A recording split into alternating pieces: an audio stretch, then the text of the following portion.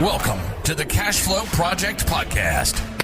Are you looking to better your financial situation by increasing your cash flow? Too busy to hunt for real estate deals or don't know where to start? Then you're in the right spot. Join us as we dive in and talk about investing for cash flow using multifamily real estate.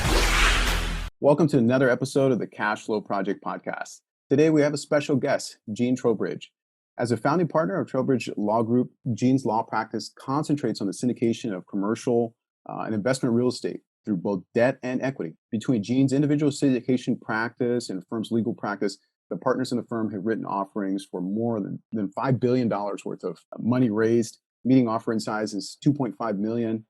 His practice rights offering under a multitude of both the 506B and 506C different types of offerings. And Gene also worked as an actual syndicator for more than 10 years, raising investor capital through the broker-deal community. So he's able to communicate with his clients both technical and practical aspects of state and the securities laws. So wealth of knowledge we know that Gene is offering. So we're excited to have him on the show. Gene, welcome to the show. Thank you, Steve. I appreciate it. Hello, Matt. How are you? Doing great, Gene. Good. Good to meet you. It's a pleasure. It's a very, very hot day today as we're recording this, and I'm in Orange County, California, which is where I live, and it might be 100 today. It's supposed to be the hottest day of the year. So pretty hot. Wow. That's yeah. Well, okay. Well, you picked the perfect day to be inside then, and ideally in the air condition, I'm sure. So. Yes, absolutely. That's great. Awesome. Well, you know what, Gene, for those of our listening audience who may not be familiar, can you tell us a little bit about, what you do and kind of what you're working on right now? Well, let me, thanks for reading that bio, but let me go back and give just a little background, a little different background in a little different way of where I am, and that'll tell you what I'm doing today. I came out of college and I went right to work selling commercial real estate broker back in the Midwest. Twin Cities, and did that for a while, and became a CCIM and a CCIM instructor, which I was for 40 years. If anyone knows about that, that's commercial real estate education, and I retired 2 years ago from that. 40 years was long enough, but I learned a lot. Learned a lot about real estate, a lot about real estate people. I learned how to teach and developed some patience during that. And then somewhere along the line, I had been buying a few single family houses myself. And it was just a lot of maintenance and work. So I thought I'd step forward and buy an apartment building. And this is where it gets interesting. Like so many others, I didn't have enough money to buy the building myself. Sure. So I had to reach out to some friends. And we put together we put together a syndication back in Minnesota, 4 of us, and bought a building, and I managed it. That was kind of cool. So we did a few more back there, and when I moved to California, I moved my family to California in 79, I decided I would be a full-time syndicator. Mm-hmm. So for quite a while, I syndicated real estate. My major concentration was building self-storage facilities. I had 10 partnerships, 10 LLCs, and we built 20 self-storage facilities over a 10-year period of time. We were just builders. We ran the project long enough so that we would get, a 50 or 60% absorption rate, and then we'd sell it to someone who wanted to be a long-term storage operator. We didn't want to do that. My clients wanted to increase their net worth. They didn't need checks every month to buy groceries. So building was the great idea. And throughout all that, I'm proud. We did pretty well. My highest year of insanity, I sent out 1,676 K1s. We represented about 850 investors. And you guys, today you know that there are companies out there that would help you with that back office work, but there wasn't anything like that. And so we were doing it all. I joked that we spent 3 months licking envelopes and putting stamps on envelopes. Probably not too far from the truth. No, it really wasn't. So I will tell you that the care and maintenance of all these partners and everything got to me. And I was at a position where I really needed to grow my business. I needed to bring in more staff, probably get a bigger office space. And that's something that over my career I haven't wanted to do. 3 specific times I've not wanted to get bigger in business. So I came home at lunch one day to Kay, and we sat her on the kitchen table. Kay's my wife. Sat her on the kitchen table where all the great decisions in life were made. And I said, I've had enough of this. I think I'm going to go to law school. So at 45, wow, I'm on my way to law school. I went to law school to do one thing, become an SEC attorney. That's awesome. There really isn't such a thing, but that's what I did. I went to law school so I could go on my own, so I could be an attorney in securities law. And Kay, my wife, and I sat around the kitchen table where all the great decisions in life are made. And I decided I'd go to law school. So at 45, I'm off to law school. My wife works. I've got 2 kids in school, but I've got all these projects that we're working on. So there's plenty of revenue coming in. It's a perfect time to go to law school. So I went to law school and passed the bar, California bar. And ever since I've been doing legal work. I've been on my own. I've been in a couple partnerships. Now I'm back in a brand new structured partnership, Trowbridge Law Group, and everything is good. And this is all I do. I mentor. I help people who want to be syndicators, and I write the legal paperwork. And what I bring to it is the fact that I made all the mistakes as a syndicator you can make, and so I know those. I still seen some new ones that other syndicators make that I kind of get flat. How did I not make that mistake?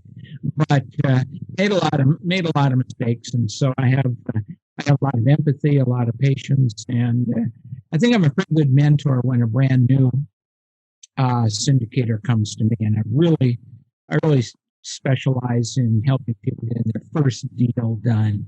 That's where I'm the strongest. So you definitely have an awesome background, a lot. I mean, honestly, a lot to bring to the table in terms of education, experience. You've definitely kind of been through the fire. It sounds like at times, and kind of with all of that said, what's your why for actually, let's say, for helping others, even along the syndication journey or just the investment journey as a whole? Why I developed when I was teaching CCIM classes. Over 40 years, I had a lot of students. I saw a lot of people come into the business, progress, be successful, not be successful. And that was all very educational for me. Always kind of stayed with that. Even my marketing guys is education based. We go on podcasts. We have our own podcast. We're always throwing education out there. If someone wants to hire an attorney, hopefully they'll call us. We're pretty low-keyed about it. But, as you said, when you read the biography, we've done over $5 billion in equity raised. And that's since 2014. So it's a pretty hefty practice we have here. Did you find like the response when you were kind of shifting into that, like obviously you've got a lot of contacts over your years in the business, obviously doing the education piece, you built a lot of, broker relations. Did you find that was hugely beneficial to you where it's like, well, hey, I'm we're in the syndication space now, you automatically have connections with all of these brokers that you've provided education for, that you've kind of helped almost probably raise, a number of these people up through their careers. Did you get a pretty good response for that? Did you see, that being everyone knew me as a syndicator. All while I was teaching, they knew me as a syndicator. But educating them the fact that now I was an attorney doing the paperwork for syndicators, that took a little bit. That took a little bit of time. I could see that people kind of see you in one role, and now you're offering another. But yeah, they know you as a syndicator, so now you're new as an attorney, although you have all this experience. a lot of moving pieces in a syndication. We've done one, and what kind of mistakes do you see new syndicators making? Talk about being a mentor as far as these are the mistakes I made. Don't do them. What are a lot of the common ones? Because it is a lot of moving pieces in a syndication. Well, I think the mistakes that I see now is a first-time syndicator not giving themselves enough time to raise the money. You spend some time doing your due diligence on the property, getting your financing laid out, and while all that's happening, an attorney is drafting the PPM and the books and gives it to you, and my gosh, you've only got 3 weeks left to raise money. And so you run out and you hammer everyone you know to raise money, and that's not really the most effective way to be a money raiser. So not having enough time would be my biggest mistake. Coming to the marketplace as an individual syndicator, just a one-person syndicator, I think that's pretty devastatingly bad for the investors and bad for marketing. I think there are 4 questions that a syndicator is going to get asked right off the bat that they have to have a good answer for. And when you're a first-time syndicator, these questions are a little more complicated. The first question is, Matt, if I like your deal, if I give you my money, what happens if something happens to you? And I've been through that. I've been a replacement general partner and managing member 7 times for people who tried to do it alone. And one person died. The 6 other didn't die. It wasn't that, but all sorts of things happen in life. Sure. So I actually won't write an offering unless the manager entity is 2 people or more. It can be an LLC. It doesn't have to be an LLC, but there have to be 2 people. And if any first-time investor or an investor calls me and says, will you review this PPM, which I don't do, I will say there's one question you should ask and look at who the manager is. And if it's one person, just simply don't invest. Yeah, I couldn't even imagine one person doing an entire syndication by themselves. Do you recommend like a key man insurance in that situation? No, I don't think I had that. Yeah. I used a corporation back then to be my managing member. And I had 16 funds. So corporation has a long life. My wife and I were the only shareholders, but I had a board of directors. Mm-hmm. So I did buy an insurance policy paid to the corporation that was just big enough really to hire my replacement. I think at the time it was $250,000. And that would be, we were already making money and we had income and all that. But $250,000 would allow the board to go out and give someone a major signing bonus to come in and take over. But my wife still would have been the shareholder with all the decision authority. I started out, Matt, that's a good question. I started out buying a term policy on each offering on my life in the amount of the offering so everyone could get their money back. And pretty soon I was worth more dead than I was alive. And so we really didn't need that. So the second question I think that a first-time syndicator's got to be able to answer is, well, Steve, I'd like to do your deal. Have you done this before? What are you going to say? All of us have had to say, no, I haven't. Right. But what do you bring with you that would take a person to invest with you the first time? Some background, some track record in something in real estate. Mm-hmm. And, in your first deal, it's going to be people who know you anyhow. So they probably want to do what you're doing. They probably want to take advantage of the opportunities you're finding. And I would never say, I'm not ever selling units in my LLC. Right. I'm giving you an opportunity to invest with me in this investment that I found with a bunch of other people that like the opportunity. Yeah, you're bringing the value to the table. I am. Yeah. And I almost think a good response to that would be like, well, Gene, I know I've never done this before, but that's reflected in the split that I'm offering you. or not you specifically, but the investors are going to get the lion's share. And this is an 80-20 deal or something, say, versus 70-30. That could be it. I started at 90-10. Yeah, there you go. So like And that's a ended pretty up at big 50 incentive. ended up at 50-50. And That's somewhere goal, along yeah. the line, I lost investors because at 90-10 they were spoiled. Sure. Yeah. So you have to be careful about that. The third question I think a first-time syndicator should get asked is, you going to have any skin in the game? You're going to invest any of your own money in? I've done a 180 on this question. I always used to say, well, if it's a $50,000 minimum for all the other investors, maybe you should invest 50. And then I said, well, if that's the case, you're going to be out of money in a hurry. Right. So you're not going to get to deal 3, 4. Maybe you can just say that you're going to invest something. It doesn't have to be as much as the other people. Then all of a sudden, it just occurred to me that every time I invested like that, I also signed the $2 or $3 million loan. And isn't that skin in the game? Mm-hmm. So I think there's a combination. Yes, I'll put some cash in, good, but I'm also signing the loan. Because if you had, let's say Steve and I were doing an offering and the bank wanted to keep principal, and the key principal was going to have to sign the loan. We went to Matt. We said, Matt, will you sign the loan? What's in it for me? He says, okay. How are we going to compensate him? And there are a million ways to do that. But the fact is that signature is worth something. Right. So now as the sponsor, when I sign the loan, I think that's skin in the game. Yeah, absolutely. That's a pretty big thing. That's what I was going to say is like, the at-risk money. So the earnest money before we can go out and raise, we put in the money at risk to secure the property.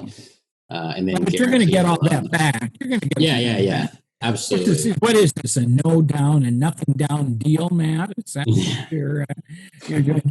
And then the last question I think that you have to be ready to be asked is, I'm 72 years old. What if something happens to me? How am I going to get my money out? What are your liquidity provisions? Mm-hmm. Well, you better have read your operating agreement. And in my operating agreement, it's Article 11 as well. And so you better know what the liquidity provisions are, because that's kind of important to me. And I think that's another question. One of the most interesting things, of course, I think I'm always interesting, but one of the most interesting things we just went through was 4 questions, and not one of them talked about cap rate, yield, vacancy. None of them talked about real estate. The syndication business is not about real estate. It's about relations with people. And what will drive you out of the business is the care and maintenance that drove me out of the business. But today, with different companies in the background, I might have signed up with one of these companies, and who knows, I might have stayed a syndicator. But I love being a lawyer, so that's fine. So I think that's where you have to be for in what we just went through, 4 questions that I think investors should ask. Yep. And then the other side of the coin is, well, if I'm a first-time syndicator, I better be ready with an answer for those questions. No, yeah, absolutely. we just talked about that on a podcast we recorded with Shane Whittington, is how a lot of people these days are investing in operators and not necessarily investing in deals. Eventually, and one of the things, if I was doing my full training session with you, I have 10 steps at the end, and one of them says, make your first deal a success. And I don't mean that you triple everyone's money. I mean that you find a property, you put it in escrow, you get a loan, you get your documents, you raise all the money, you close, and you send out your first quarterly report. Yep. That's it. Now you're not an unknown quantity. Right. Now you've got a track record. Hell yes, I've done this once. Yeah. So doesn't matter. So I think it's been done. I think that's very, very important. I'll tell you, next week we're going to start doing an interview series here. We have a podcast that's called TBD with TLG, To Be Determined, with Trowbridge Law Group. And my partner, Jonathan, and I, about 10 minutes before we go on the air, decide what we're going to talk about. Oh, wow. And it's always based on what questions did we get asked during the previous week. and we talk about the questions, and we record 2 at a time, and we pick 2 questions and we talk about it. Well, starting now, we're going to do an interview series, and my first interview is going to be with a guy. Since 2014, I've done 110 PPMs for him. Holy smokes. Wow. It's gotten to the point where I helped him hire at about 50. I helped him hire an in-house attorney who does the operating agreements. And I do the PPMs and just kind of review the operating agreements. Because I just could, I mean, he would have been my only client, and I never would have wanted that. And so that's just amazing. That's incredible. Yeah. That's a lot of volume. Wow. And he's raising, let's say $3 to $7 million at a time. But he has a relationship with real estate operators around the country who find deals, bring it to him, and then he syndicates the deal, and he takes over the management until there's a certain time in the life of the project where his people cash out and he goes away. So all of his investors, and you're going to love this, guys, he does 506B, no advertising, everyone's accredited, and he takes no new investors. Wow. So running with his group is like, man, my goodness. It is pretty exciting. And then here's a situation that he just survived his first 100 days after a bone marrow transplant during this period of time. Wow. During the middle of COVID. Talk about that. But he's well educated. He's got a staff of 11, and we've got continuity plans. We're all set to go. Yeah. And then I have guys who do, you said you've done a deal. I have guys who do a deal and I don't hear from them for 6 or 7 months, and I have a follow-up tickle, and I call them and they say, I'm never going to do this again. I don't want all these people calling me. I don't want all these responsibilities. Well, that's fine. And that's one of the things I say when I do my full education program is one of the best things that you can do, that you can get from spending a day with me, is to decide that you don't want to do this. Right. You'll save investors a lot of pain and agony and yourself. Yeah. Yeah. No, absolutely. Absolutely. Yeah. That's lose other people's money and you won't be in business for very long. Well, no, and that's it, because that is the fiduciary. A lot of my people come from the real estate brokerage business. Mm-hmm. Okay. And when you're a broker, you sign a contract to list the property for an owner. You sign a contract to lease a property for an owner. Or you're in the mortgage business and you sign a contract to find a loan for someone. But in none of those cases do you actually take the investor's money. And here in the syndication business, the money flows right through you to the property and back out through you to the investors. And there's a big word called fiduciary. Right. Yeah, it's a huge change. Fiduciary with a capital F, the F word. It's a big change in the business, and some people find that they don't like that. Others find that they can do both. They can continue their real estate brokerage business and be a syndicator. I found that I had to give up the brokerage business and just represent my clients in the deals and not have the conflicts of representing other, fee-based clients at the same time I'm representing my syndicator investors, with 2 properties with vacancies. What do you show? What do you do? Right. So, and it worked for me. Yeah, I was going to say you've got several different hats that you wear there. It's like at some point you had to make kind of a judgment call. I'm sure, just volume wise, like, hey, what do we, well, what do you do? What's and profitable? If you do both, and there's no reason you can't do both, but you better have some policies. Sure. I don't even care if they're internal policies. Right in your heart, what are your policies on this? But it would be a good idea to have some policies written down is that your group works with, and you don't vary from that. And sometimes I say, well, if you're a broker and you're hiring real estate salespeople and they're out doing syndications, is that what you want them to be doing?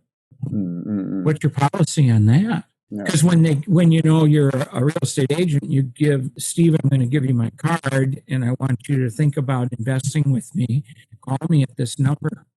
Yeah, so it's Cola Banker. who's going to get sued? Coldwell Banker's going to get sued too. Yep. That's a super important question. It's like, I guess this probably gets more, because multifamily has gotten obviously a lot more notoriety, a lot more popularity, I feel like, over the past, long stretch here. Do you feel like you've seen that more and more? Obviously you're working, with the brokers, and it's like, well, hey, look, there's good money to be made over here in these syndications. You're already kind of doing some part of the process and the brokerage relationships. You have them, go ahead and put together a deal. How many investors would you know that never lived in an apartment building? So that's like the first thing that they would be interested in investing in. They're not going to invest in self-storage. They're not going to invest in retail. They all live in an apartment building. Mm-hmm. So go, and where is supply and demand out of balance in an apartment building? So that's pretty important.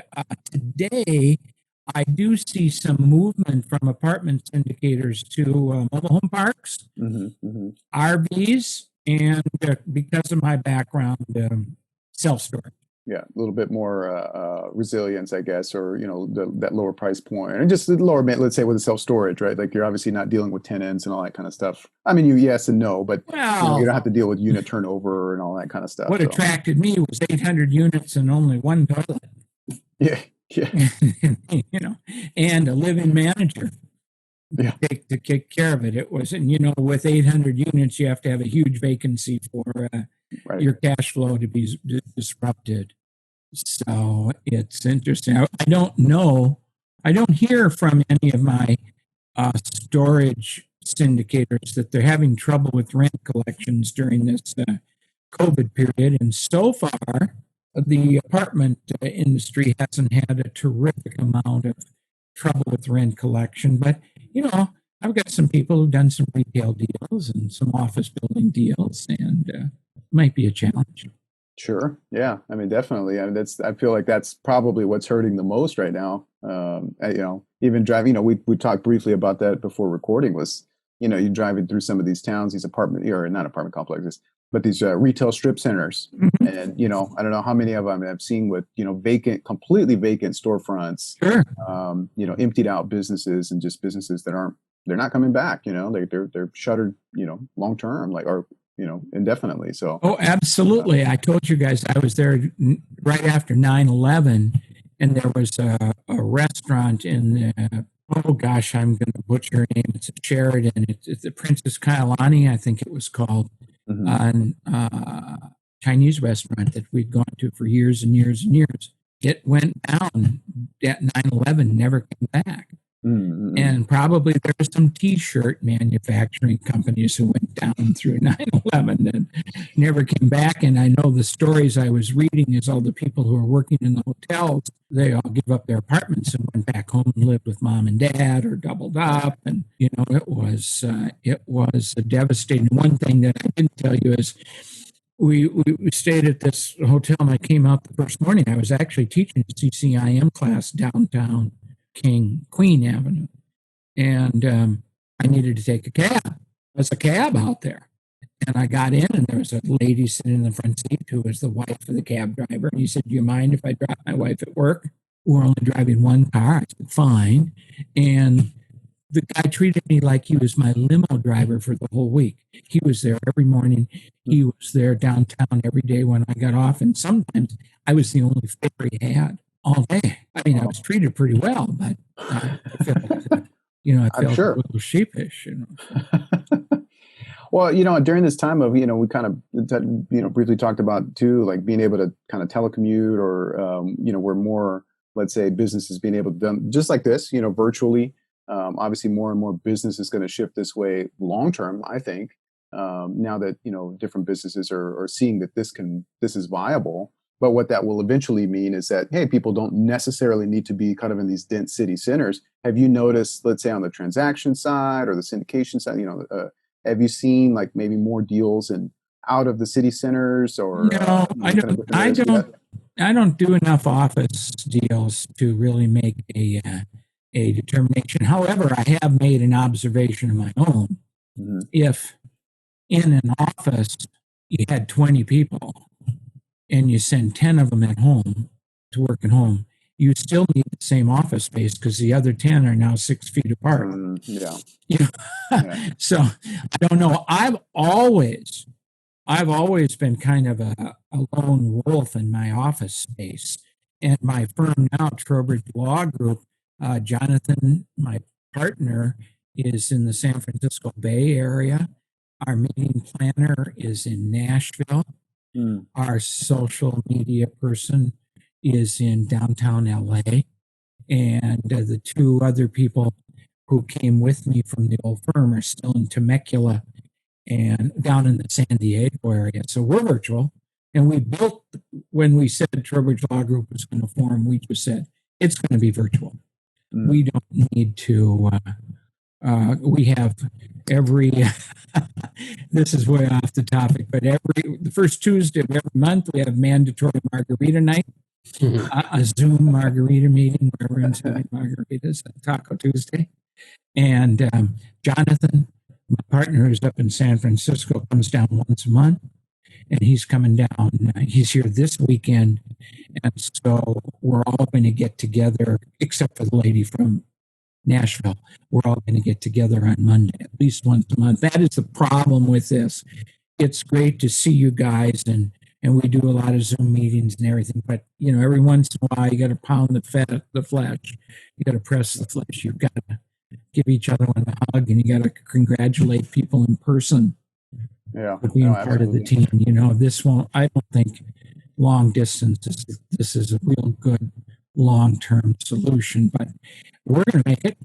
Absolutely. I mean, socially, you're absolutely correct. I mean, that's off topic, of course, but I mean, at the end of the day, this is a people business, right? And eventually, you need to shake hands, right? I want to meet the people that you're working with, right? Like that kind of deal. So it's very common in sales. Hey, you're going to do business with people that that you trust and you like. Let me tell you about something that I think is coming up here. I don't know how much time we have left, but as an alert to all the people out there that are listening, 3 or 4 months ago, the SEC put out for comment a proposal to modify the accredited investor definition.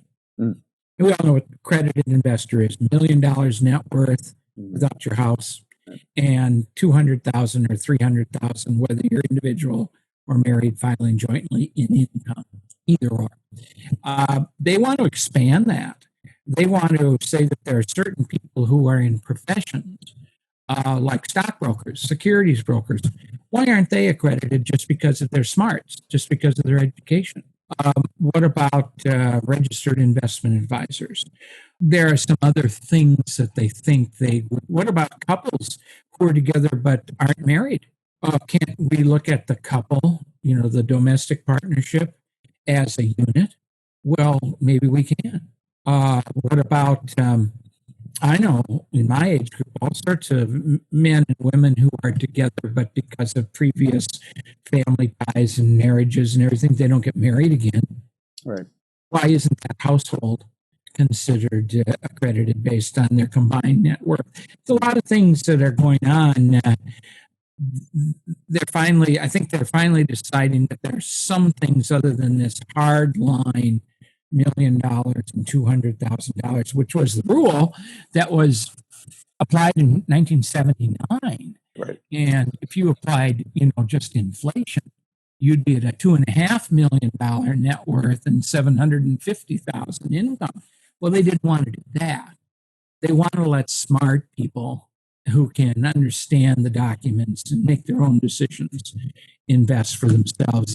One SEC commissioner I heard told the story of a single woman who was working in Wall Street doing analysis for a real estate REIT, had $900,000 in the bank, rented an apartment, and made $187,000 of income, not accredited.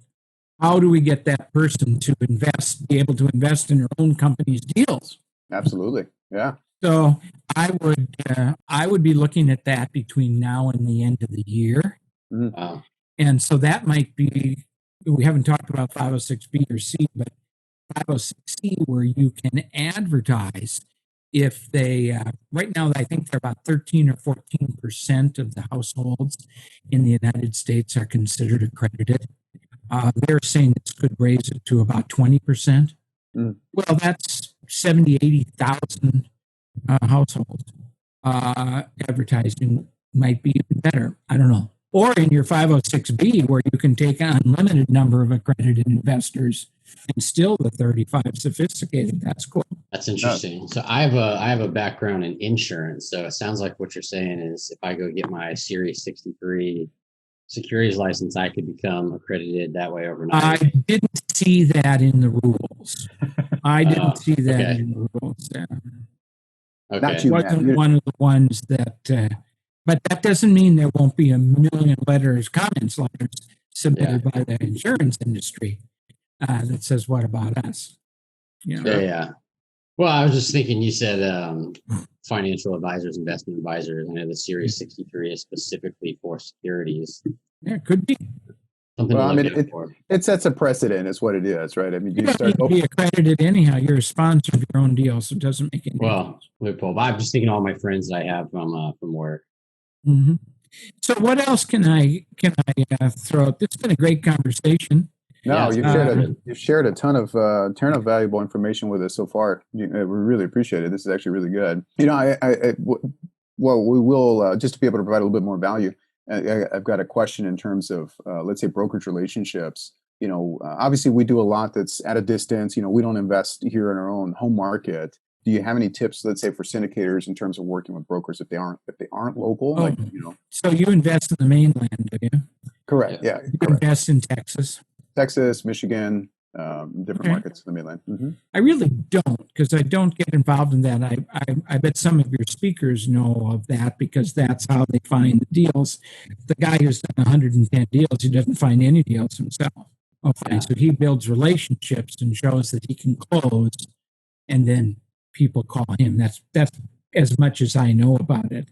You're going to have to build some relationships and some trustworthiness between you and the brokers, so they bring you the deals because they know you can close. Michael Becker in Dallas from SPI. Do you know him? Not personally. No. So. He's a guy who's in Dallas and has a huge broker network, and I know that I do his offerings, and I know that people he sees the product before even the seller signs the listing agreement. Well, we'll make sure we reach out to him. We have some other connections in that DFW area. We'll reach out and tell him Gene sent us. What groups are you involved with? What groups do you go to? Any groups or do virtual meetings with any of the people in Texas? Yeah, I'm in Texas. Well, so we run the Honolulu multifamily and more. Okay. So we're also, we've got the Dallas multifamily and more. Okay. There's an event coming up with Dylan Marma. Oh, he just left. He left. Capital Raisers. Yeah, I can't remember the company name. But we work in, we have connections with Jake and Gino, one of our other partners, one of the coaches with them. Great. Yeah. Michael Blanc, I know we have a connection with him. I've been to Michael's show. Yeah. Sure, good. I see Michael when we go to Real Estate Guys. Yeah, the last event we went to before COVID shut down was a Rod Cleef event in Los Angeles, actually. Yeah, I've been a speaker for Rod, and now I think Mauricio. Yep. Mauricio, there's a lot of attorneys. We're all good guys. Or ladies, we're all good. I think Mauricio works with Rod now. And when I do stuff with Kenny Wolf, Neil Bawa and Rod and I are the three keynote disrupt equity. We're the three keynote speakers. Yeah. So anything else I can answer for you guys before we call this quits? I mean, we've got listeners who've fallen asleep by now. So I'm sure no way. Absolutely not. I mean, the people that are in the space, of course, I feel like they're just eating it up. I mean, this is such great information that you share. And I know this is literally just some drops of just, all of your experience in the business. So, gosh, I mean, it'd be one of those things like, however you offer in terms of like coaching and whatnot. I know that people would be able to get. You need to ask me back. You need to ask me back because I've got two presentations that would be extremely valuable to you that I'm really high on right now. And one is called 3 words: sophisticated, pre-existing, and substantive. We can cover half an hour on that. That's great. And the other one is called Sell the Sizzle. Sell the One of the sizzle. things, Like it. Sell the Sizzle, one of the things I learned when I was in selling units as opposed to inviting people to invest in opportunities with me was that I just went right for the sale of the deal. Period. I got my book. By God, I got my PPM. It's a 16% IRR. You've got to buy it, man. Steve, you've got to buy it. Sign me up. So I learned, someone taught me an approach way back when I was raising money that I used to teach. And so, in a month or two, when you're ready for another injection of me, call me and we'll do something like that.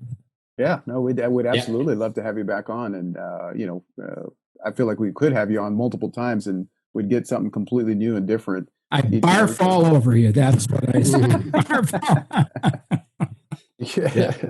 Yeah, we'll definitely knock those out. But speaking of, we just hit the wave tops today of some of these big drops in the hat that you got. If people wanted to reach out to you for more, or they were interested in coaching or any of your services, how could people reach you? Trowbridge Law Group. My head's in the way. That's our website, trowbridgelawgroup.com. They can go there and they can sign up for a free consultation with me. They can call me directly. My direct line into my office is 949-855-8399. 949-855-8399. That's good. Okay. Awesome. Thank you. It was a pleasure having you on today. We really, really appreciate it. And we'll definitely look to want to schedule something else with you and have you on again. So yeah, thanks again, Gene.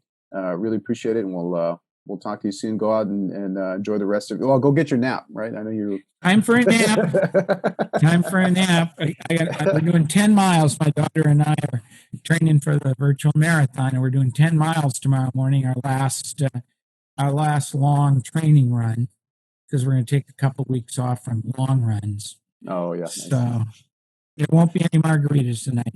Oh, shucks. Well, it's not Tuesday, but. Yeah. And no, my guys. Okay. Bye, guys. All right, Gene. We'll see you. Thanks, Gene. Man, Steve, that was a pretty awesome episode having Gene on. Just decades, I was going to say years, but decades of experience in syndication. So some of the big things that he touched on that I thought were super interesting is the 4 questions that every potential investor should be asking of a syndicator. And then one, if you're a new syndicator that hasn't done a deal yet or have, potentially how you could answer some of these questions. So number 1, if I give you my money, what happens if something happens to you, the syndicator?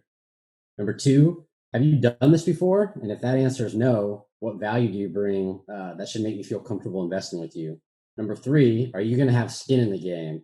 Talked about a couple different ways where that doesn't necessarily just mean putting money into the deal. And then lastly, number 4, what are your liquidity provisions? What happens if something happens to me? So very 4 pretty basic questions, but you're going to get a lot of information out of those.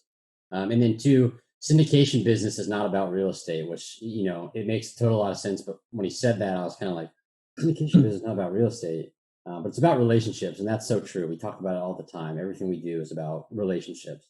So also you're going to want to, if you've made it this far, you've listened to the whole podcast, but keep an ear out, check back in with us. We're going to have Gene back. He talked about some upcoming changes to the term accredited investor. So hopefully by the end of the year, if you're not an accredited investor yet, words are hard, keep an ear out, because here potentially by the end of the year, you might be accredited. Looking at some changes as those are kind of antiquated terms from the 70s. So it's going to be really interesting to see what comes from that, Steve. Yeah, no, absolutely. And if you guys found value in this podcast, please subscribe so you can get all the latest episodes. We would love it if you actually give us a rating, review on Apple Podcasts or Stitcher. And if you know anybody that might resonate with today's podcast, and all that Gene shared or syndication in general, please share the episode with them. Connect with like-minded investors. Join our Facebook group, Honolulu Multifamily and more. And if you're interested in connecting with us, go to tricityequity.com to learn more. See you next time. Aloha.